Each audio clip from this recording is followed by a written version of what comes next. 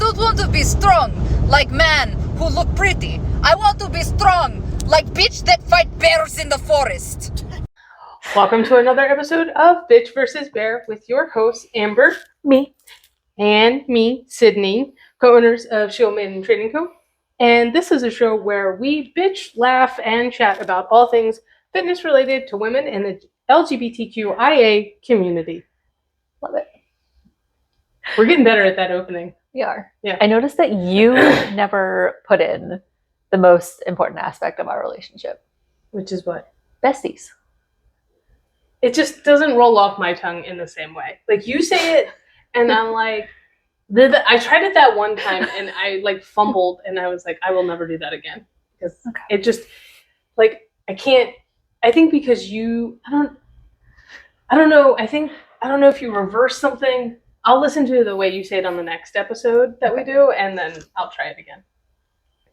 Just want to be acknowledged. Yeah, I as know the second most important person in your life. I know that you like do it, and I tried it that one time, and it just, I felt like I messed it up, and it wasn't, I didn't do it as well as you.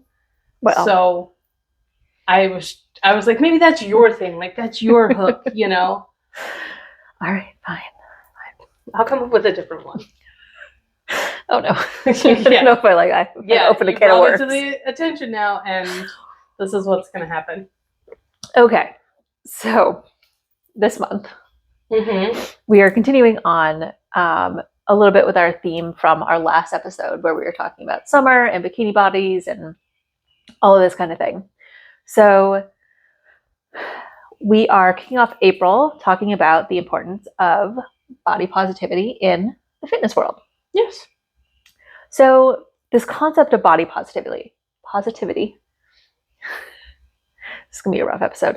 I feel like it's a fairly new movement. Like, I feel like it hasn't been around our entire lives. Oh, yeah, no, I don't. I agree with that. By new, I mean like the last 10 years. 15 years. Yeah.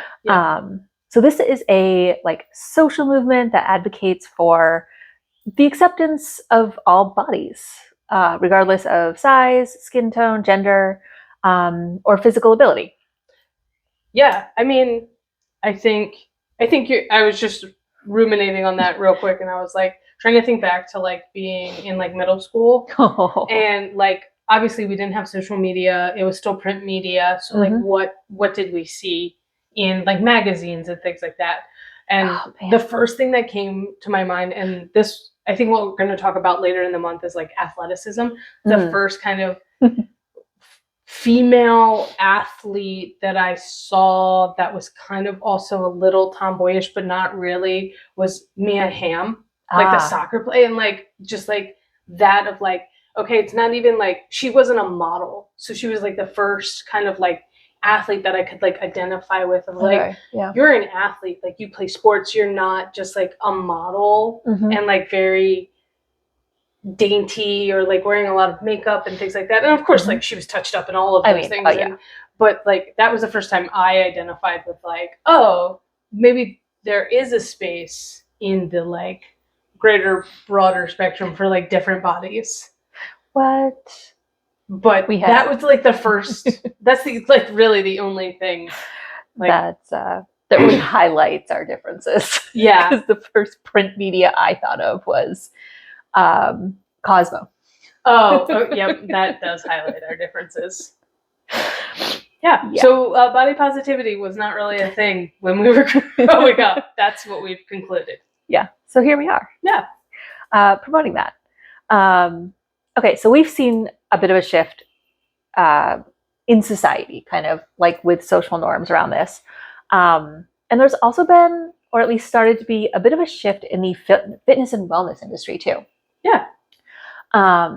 So there's this rise of, social media and these people out there like bringing, I don't know if awareness is the right term, but like shedding light on the fact that there are lots of different body types that can do fitness. I think we harp on social media not always being beneficial, but I do think that the rise of social media did promote body positivity because every body had access to this thing and could put it out there versus it being selected by editors and like there wasn't trying to sell magazines. Yes, there wasn't that commercial I want to sell things behind it. It was people being like, well, this is my body and I've never seen anybody in print media that looks like me. So here I am. I love that. Yeah. Yeah. Well, we just talked about traditional print media. So yeah, there's just more body types like on display. Yeah. I follow this great yoga instructor. The underbelly yoga. Oh yes. Love her. Yes. So great. She is not your traditional body type that you would normally see in like the yoga world. And it's so great. She teaches so inclusively and like how to manipulate different body types and like move your body around to like get into poses and be comfortable in them. It's great. I love it. So there's also like a political aspect to the body positivity in that this sounds very strange to me when I was reading our notes. But like it is a counterculture, which seems so weird. Right? Like it's become a thing. So like if you think back to like, again, like when we were in middle school, it was like, you know, everybody was listening to the boy bands, right? But it was, yeah. But like there was a counterculture in music to that was like more of the like grunge and punk rock.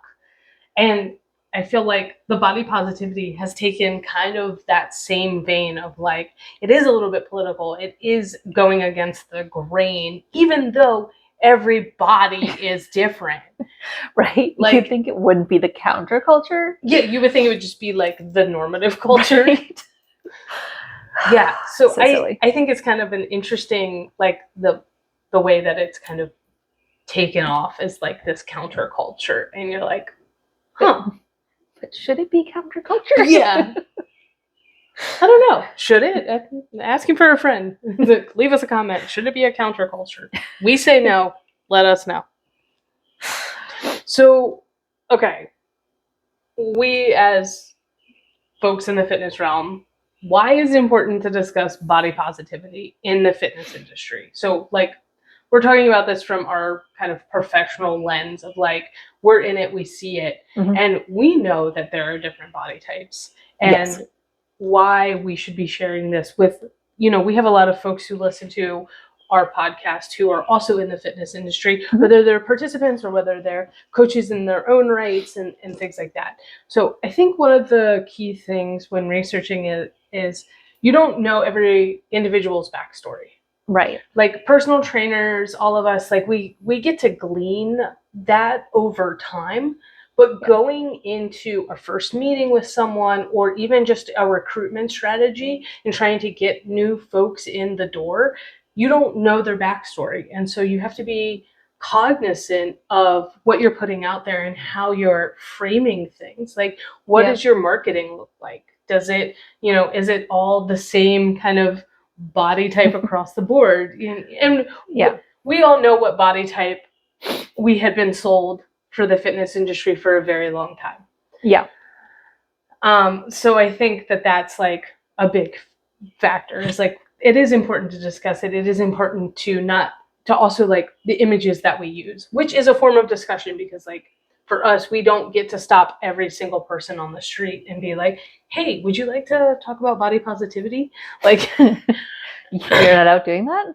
I mean, I would most likely be the one to be doing that, and I'm not. So I think it's like, you know, the way we communicate is a lot through those marketing materials.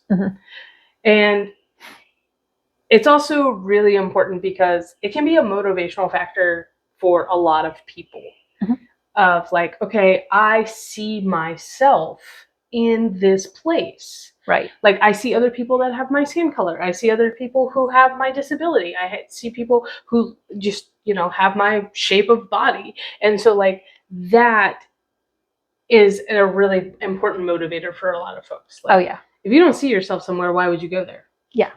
Like if you don't identify with that, so then it's not going to feel like a comfortable place. It's not going to be a place where you feel like you would be welcomed or accepted or Exactly. And then the like internal versus external motivation, which Yeah. we talk a lot about. Like you have to have a balance. Not everything can be externally motivated. Well, yeah. And again, it goes back to that motivational factor. If you have that internal motivation of like, hey, everybody here looks like me, then you're more likely to show up. And then it becomes like the consistency. Like we're not always super motivated to go to like fitness areas, but No. like if you start to see yourself in those areas, it becomes much easier to get there. Hi, Gracie.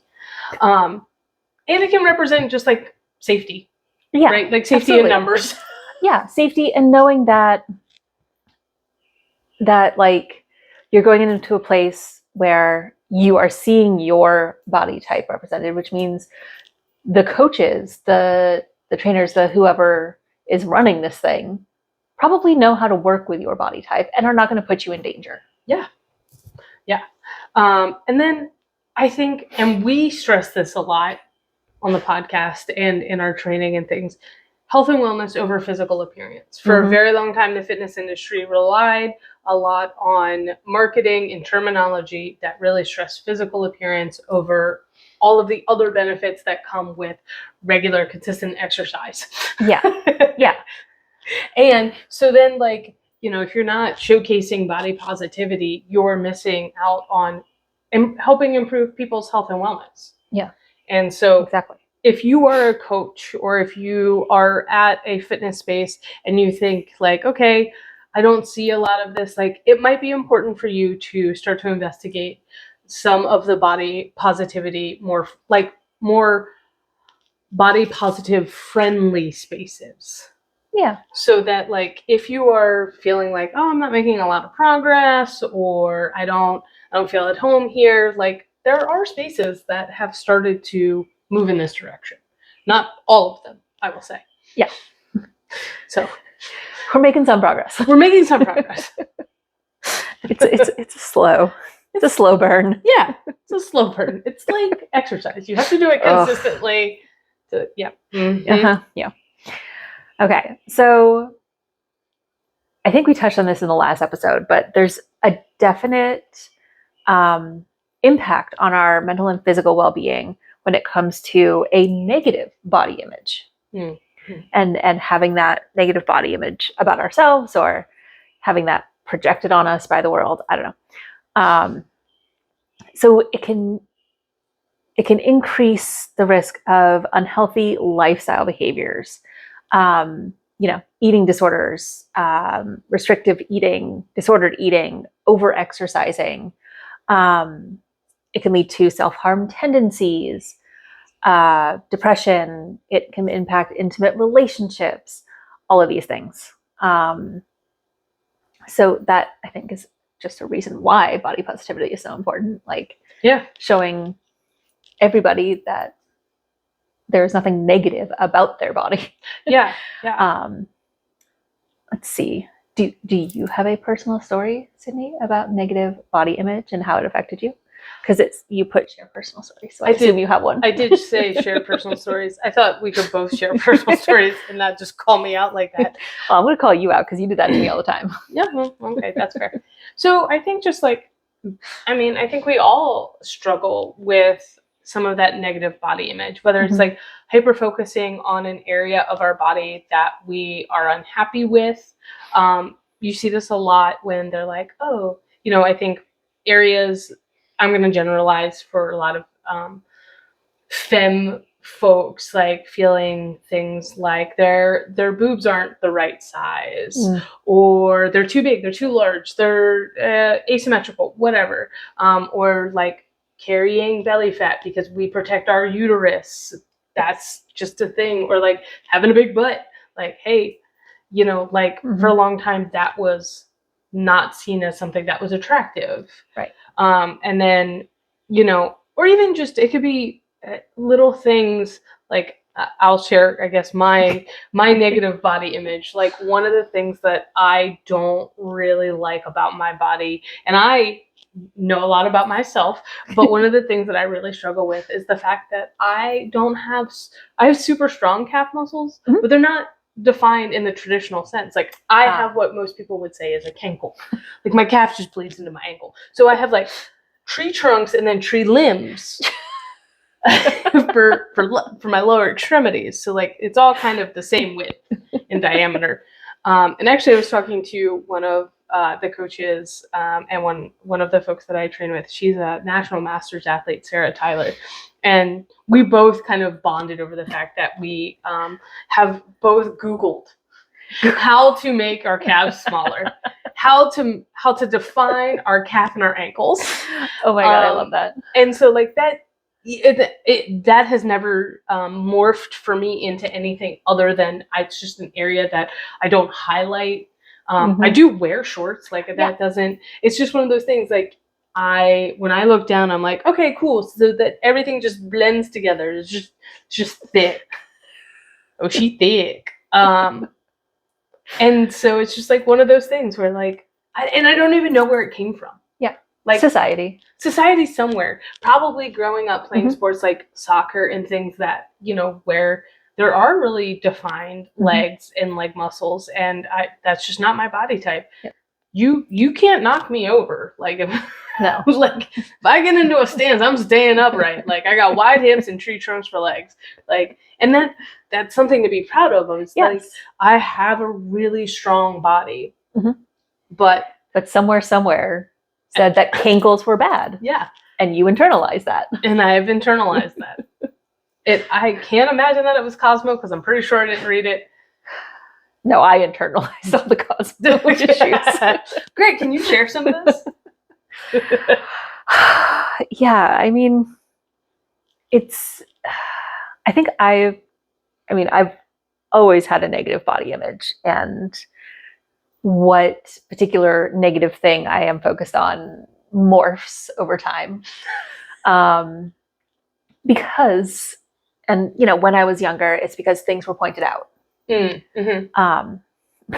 it or not, when I was a kid, or in my like preteens, I had very thin legs, and that was pointed out as a negative, and made fun of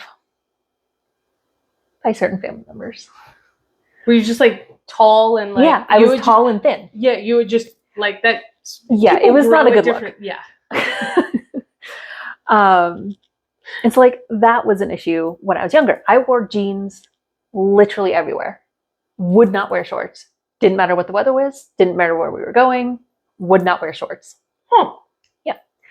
Lo and behold, I got older and my legs expanded, and I didn't want to wear shorts for another reason. But that's neither here nor there. Well, I guess it's actually the point of the episode. So I was gonna say, like, no, you're no, I'm on track. You're on topic for once.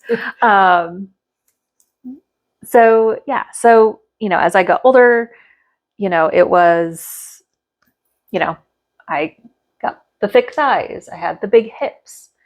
For a while in like middle school and early high school, I had bigger boobs than a lot of my friends. Those womanly hips. And now as I'm in my I think what she said was in her mid-30s. In my mid-30s. It's my midsection. Like, I got a belly. Like, you mentioned earlier, one of the things that a lot of women struggle with is, this belly that we all have to, hold our organs in. It's a nice little pouch. It keeps everything nicely padded. But society told us, especially growing up, that like that is unacceptable. Yeah. And like not okay and not attractive. Yeah. So like that's something I've been struggling with. Especially lately. I feel like it's just gotten bigger. There's just more padding. I'm pretty sure my organs aren't expanding, so it's just my belly. Funny enough, I think we're going to address this in another episode for this month about like focusing less on the physical appearance and more on the health and well-being. And I think we've touched on it several times. I know probably, we have. Like, it's more about strengthening like, your heart muscles so that, you can age independently. Right. which has not historically been the case of the fitness industry. You know, the fitness industry has really been focused on lose weight, sculpt, tone, all those Mhm. marketing buzzwords. Like, Yeah. ugh. I mean, it wasn't until we started working out at CJ's that like I really got comfortable with my legs and like wearing shorts and being okay with how they look. Yeah. We've declined a little. They're not as strong as they were when I was Well, you were doing also better. squatting a lot more. I was also squatting a lot more. But like, yeah. Yeah. It's, I mean, and so there is a connection between how we see ourselves and our bodies and the body positivity and our self-esteem, Mhm. right? Like if you don't feel comfortable in your body, and for those who are, you know, I can only imagine like feeling this way as, you know, a woman who identifies as a woman. Imagine what it must feel like to be somebody who doesn't even identify as what society has labeled them, of like, right. you're a male. It's like, but I don't feel that way. Like Yeah. the amount of just like how much that breaks you down. And like when people talk about like supporting trans rights for so many reasons, I just Mhm. think of that factor alone of like, think about just being a teenager and already being so uncomfortable in your body because of what society has said. And then on the base level, knowing that what they have labeled you is wrong. Right. Like I can't imagine. No wonder there's a higher rate of suicide and self-harm. And like Mhm. that's already so high for teenagers with all of those hormones anyway. And then just knowing like I don't identify as a male or a female, and you all keep telling me that I am, and I know that I'm not. Like, and not just telling me that I am, but telling me that I need to look a certain way because this is what I am. yeah, because you arbitrarily assigned me something so that you could, Yeah. know what to call me. Yeah. Right? Like, I can't imagine. So body positivity has been linked to things like higher self-esteem, better moods, and building resilience. Mm. And like, that is such an important thing, especially in young adults and teenagers. Like building that resilience is such a critical thing. It makes them, you know, obviously much better humans throughout their life. Yes. And so I think the body positivity for me in this movement has been a really lovely thing to see. Yeah. Because it's, you know, not even just for myself, but thinking of like when I was a kid, like how like just them being able to like grow up in a world where there's more acceptance in some cases. You know, we take 2 steps forward. What is it? 1 step forward, 2 steps back. Yeah. I mean, I think it's like 1 step forward, 60 years back, but you know. Yeah, but you know, you get the general gist of it. Whatever. So studies have shown that those with higher body positivity and self-esteem are more likely to be physically active. Makes sense. They also, there's a reduction in alcohol consumption because we know, I'm using the royal we know that a lot of substance consumption is a coping mechanism. Mm-hmm. So like that's where it starts. So if you feel better about yourself and you have better moods, your coping skill, you don't need to rely on that coping skill. Sure. They tend to be non-smokers. Makes sense. And they have more healthy eating habits. Like it's one of those things where it builds upon itself. It's a good pyramid. When you feel good about how you look and how you feel and your mood is nice and happy, you make better choices. Yeah. Like if you're appreciating your body, you want to do good things for it. Yeah. Makes sense. Absolutely. And I can like attest to it over the last, year and a half with like family health issues and things like that. We got into a little bit of a cycle of feeling like we needed to be present a lot of the time. And so instead of going to the gym or going for a run or doing those things, to socialize, where activity had always been kind of a social thing for us, we were reverted back to drinking beer, drinking wine, because like we were present, we were socializing, and we weren't leaving the house, so we felt like we were there for anything that might pop up, rather than being out of touch. And we kind of identified that recently and been like, we like to be social around alcohol, but it was getting to the point where we were doing the like, oh hey, instead of having a seltzer, which we usually did after work, is like, Yeah. hey, let's have a beer. But now it was just me and Shelby. Like there was nobody else around. Still socializing. And it was like, we could actually just like, instead of having a beer, maybe like go for a walk. Like, and that's what we used to do. Bridge the gap. Take your beer on a walk. Take your beer on a walk. I think I heard a story once that my brother-in-law, Michael, would do if he was going to open a beer, he would do 10 push-ups or 20 push-ups. And like, not that he needed to earn it. It was just like one of those things to offset, like, I'm going to do this, but for this, like, it doesn't take you that long to do that many push-ups. Like, Maybe it doesn't take you that long. But like, I'm going to be physically active to like feel better about indulging. Indulging. Exactly. So not that you ever have to earn any food or beverages. Yeah. It was more just about like the counterbalance of like everything in moderation. You have to have a balance. You have to be active to offset some of these things. Cause we now don't live incredibly physical lives as the modern generation. We're not hunting and gathering. Oh dear God, no. Many of us aren't farming. Like, like we're sitting the majority of the day. That Costco run feels a little bit like hunting and gathering. Especially, Trader Joe's on like 2 p.m. on a Sunday. Oof. That is hunting and gathering. So, okay. Kind of going back to what we talked a little bit about, the role of the fitness industry in promoting body positivity. Touched on it earlier. We're going to circle back around. Okay. So, do you think that the fitness industry has a body image issue? Yes. Otherwise, we wouldn't be here.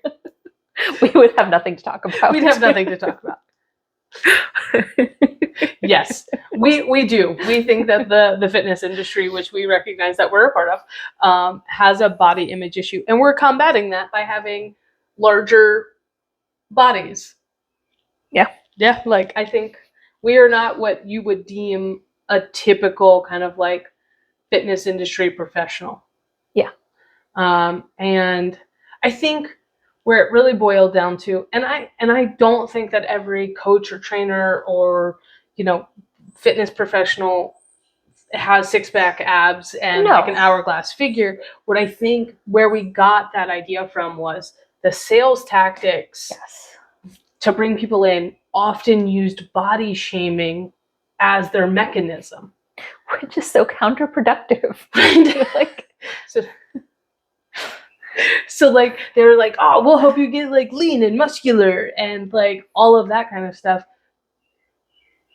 Like I want to be healthy and well padded. Yeah, right. So like I think we did it to ourselves a little bit of like, we always not joke. It's an industry standard of knowing that like we only serve about 20% of the population in the fitness industry, and the other 80% don't feel comfortable for whatever reason, aren't in the industry. And I think we did it to ourselves using those tactics early on. Yeah. Because that 80% is not going to identify with what's going out for marketing from a lot of places. Yeah. I think, like we've talked about, I think it's starting to get better. I think some places are starting to recognize like, oh, like we're just getting the same people coming in here. Yeah, we're just cycling through the same 20%. Yeah. And we're just competing against ourselves. And like, we're not helping the people that actually need the help. Yeah. Yeah. So I think like we did it to ourselves. We used a lot of verbiage that made those kind of outside the acceptable range of appearance feel excluded. And now we have to backtrack. And you got to figure out for yourselves and as coaches and trainers how to appeal to the rest of the population. And I think body positivity is a good resource to use, making sure that you're using inclusive language, you're showcasing different bodies, doing the movements and things at your gym. and that kind of stuff. Having yoga for bigger people instead of just like the rail thin white woman who took over this, Indian practice and whitewashed it. That's a whole other. Yeah, that's a whole nother episode. I have some thoughts and feelings about that.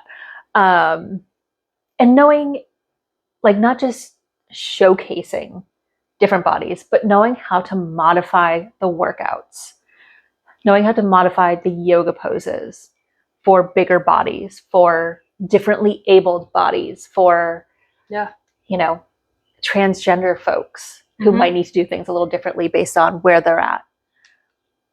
Yeah. So important. It is. So if you're a coach and you're listening, we don't have all the answers, but if you haven't started leaning into the body positivity, we urge you to do so. Do it now. Do it now. Do it, you won't. Do it, you won't. That's my tagline. I know. I stole it. Besties. It is weird when you say it. See? I told you. All right. So we want to know, how has your experience with body positivity impacted your mental health and your relationship with fitness? Let us know. Reach out, DM us, comment, call us, I guess. Do people do that? I don't Text think us if I you don't have think your people do other- that anymore. I don't know. Stop us at the gym. Well, stop you at the gym. I don't go to the gym. You go to the climbing gym. That's I a do gym. go to the climbing gym. Yeah. I guess there are some people there. Mm-hmm. There's a lot of people there. I was thinking about people who listen to our show. There's some people. Yeah, we're gonna work on it. I'm going to try and get my entire climbing clinic group to listen to us. Yes, do it. You won't. Okay. Also, make sure to keep listening for more laughs and our continued exploration of body image and body positivity and how that affects us in the fitness realm. Reminder that you can find the podcast. If you're listening, you found us. But for others that you're going to tell about the show, they can find us on most listening platforms, and you can watch the video on YouTube. Make sure to follow, rate, and share with everybody you know and those you don't. And let us know what you think. Yeah, let us know what you think. Do it, you won't.